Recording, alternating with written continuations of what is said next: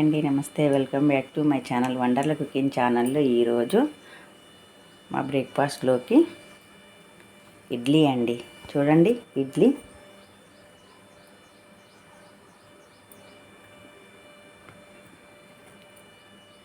ఎలా పొంగిందో చూడండి. ఇడ్లీకి కొలతలు చెప్తా అండి. ఒక కప్పు మినపగుండ్లకి 3 కప్పుల ఇడ్లీ రవ్వ అండి. ఒక అర స్పూన్ మెంతులు వేసుకొని ఒక 2-3 గంటలు మినపప్పు నానబెట్టుకున్న తర్వాత నానబెట్టేటప్పుడే మెంతులు కూడా నానబెట్టుకోవాలి. నానబెట్టుకొని మనం రుబ్బేటప్పుడు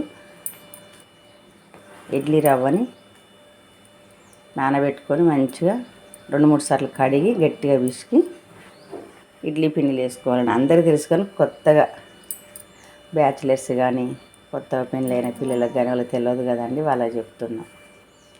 ఇలా పిండి ఇలా ఉండాలండి. ఇలా ఉంటే ఇడ్లీలు స్మూత్గా మెత్తగా వస్తాయండి. చేసేటప్పుడు చూపిస్తా. చూడండి ఎంత బాగుందో.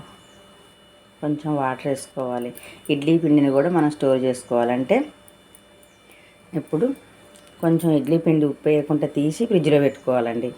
మళ్ళీ చేసేటప్పుడు మిగిలిన పిండిలో కొంచెం ఉప్పు వేసుకొని చేసుకోవాలి.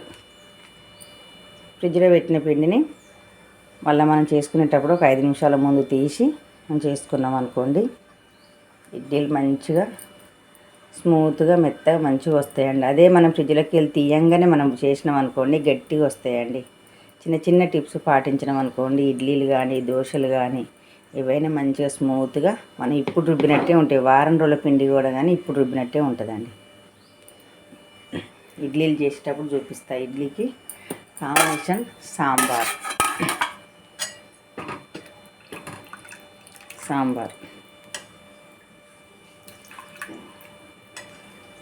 చట్నీ చేస్తా అండి. చట్నీ చేసుకొని చూపిస్తా.